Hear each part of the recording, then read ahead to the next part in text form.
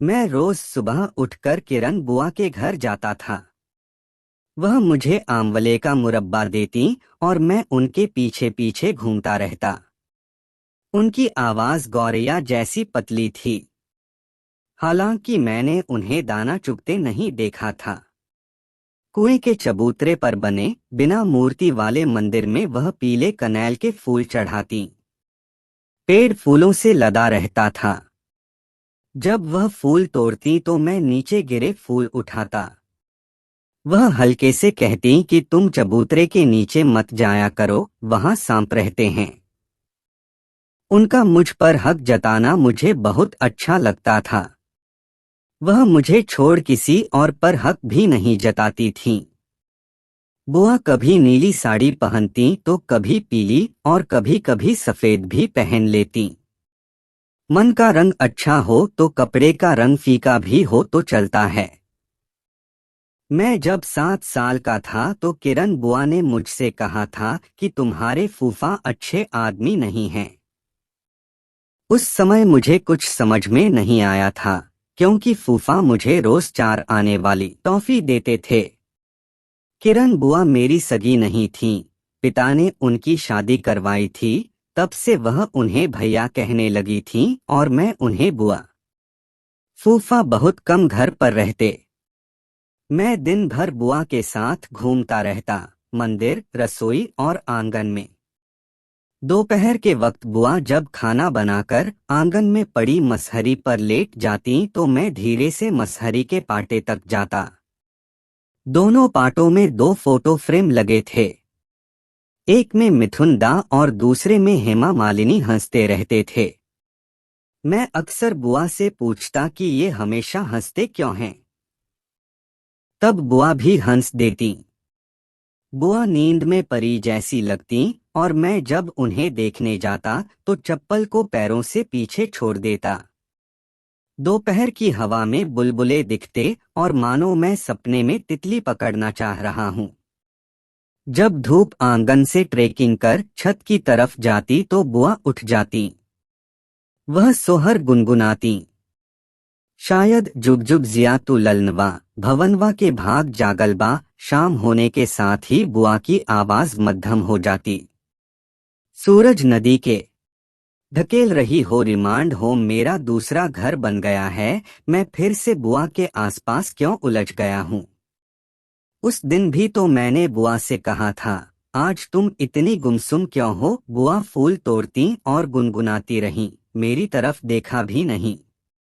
मैंने फिर कहा, मुझे भूख लगी है, और बुआ मुस्कुरा दी। बुआ ने पूजा घर में जाने से पहले शहतूत की फलियां दी, लाल और पकी हुई। मैंने गप से मुंह में डाल ली।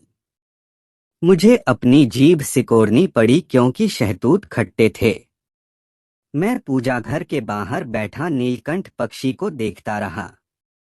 नीले रंग के पंख वाला नीलकंठ पूजा घर के मुहाने तक जाता और बुआ को देखकर फुर्र से उड़ जाता। मैंने 1-2 बार उसके पास जाकर पूछना भी चाहा, क्या माजरा है, बुआ अच्छी लग रही हैं या बुआ से बात करनी है। लेकिन मेरे मुड़ने से पहले वह उड़ने लगता। उड़ते हुए वह खुश दिखाई देता। बुआ ने मुझे पक्षियों से बात करना सिखाया था। पूजा घर से जब बुआ प्रसाद लेकर निकलती तो पक्षियों को खिलाती। कौआ सबके हिस्से खाने की सोचता। मैं उस पर नजर रखता। दिन भर में इसी समय बुआ गुस्सा होती और कहती, तेरे फूफा जी के पुरखे हैं ये कौए। दिमाग तो खाते ही हैं, सबके हिस्से का भी खाना भी चाहते हैं। शाम को मैंने खाना खाया और सुबह बुआ के पूजा घर में ढेर सारा धुआं मिला। बुआ नहीं मिली। मेरी माँ मेरे पास बैठी थी। मैंने कहा, बुआ कहाँ है। माँ बोली, बीमार है। मैं रोने लगा, मुझे बुआ के पास जाना है। अपने तख्ते पर बैठे फूफा ने कहा, छोरे को बुआ के पास ले जाओ भई। आखिर वही तो है सबसे करीब बुआ के। इसके बाद फूफा ने पुलिस वाले से पूछा था कि अब आगे क्या करना है। मेरा दिल बैठने लगा था। मैं अपनी माँ के साथ रिक्शे पर बैठकर जेडी मेमोरियल अस्पताल पहुंचा। बुआ को कांच के एक कमरे में बंद किया गया था। उनकी साड़ी का रंग रात में हवाओं के रंग से मिल रहा था। सुबह वह इतना चुभने वाला कैसे हो गया? बुआ मेरी तरफ नहीं देख रही थीं। मैंने माँ से पूछा कि बुआ को क्या हुआ। माँ ने कहा, खाना बनाते हुए जल गई। बुआ ने खाना मुझे खिलाने से पहले ही बना लिया था। फिर क्यों बनाने लगी? क्या रात का कोई भटका पक्षी फिर से आ गया था? मैंने माँ से कहा कि मुझे बुआ से बात करनी है। बुआ ने इतना कहने का मौका कभी नहीं दिया। माँ एक डॉक्टर से बात करने लगी। मैं कांच वाला दरवाजा खोलकर बुआ के बिस्तर पर चला गया। न जाने कैसी गंध थी पूरी कमरे में, दवा की नहीं थी।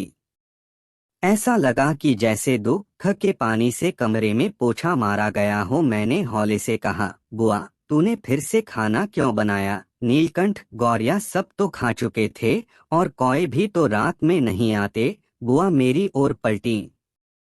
बुआ की सिर्फ आंखें दिख रही थीं।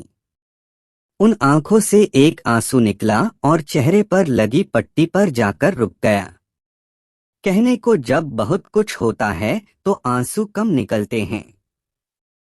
मैंने बुआ के माथे पर हाथ रख उस आंसू को उंगली के पोरों पर लेने की कोशिश की। आंसू सवाल की तरह फिसल गया। डॉक्टर आया और उसने कहा कि बच्चे को ले जाइए, इन्फेक्शन हो जाएगा। अब कौन समझाए इन्हें कि प्यार से बड़ा इन्फेक्शन क्या हो सकता है। माँ मुझे कांच वाले घर से हाथ पकड़कर ले आई थी। बुआ की आंखों को मैं और पढ़ना चाहता था। बुआ नहीं रही।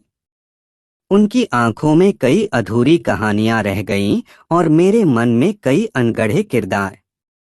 उनका अंतिम संस्कार बनारस के जिस घाट पर किया गया, वहां कुछ अंग्रेज लाशों की तस्वीरें निकालकर कह रहे थे, नाइस क्लिक। मुझे बस इसी बात की दरकार थी कि बुआ को आखिरी बार कुछ कहना था जो वह नहीं कह पाईं।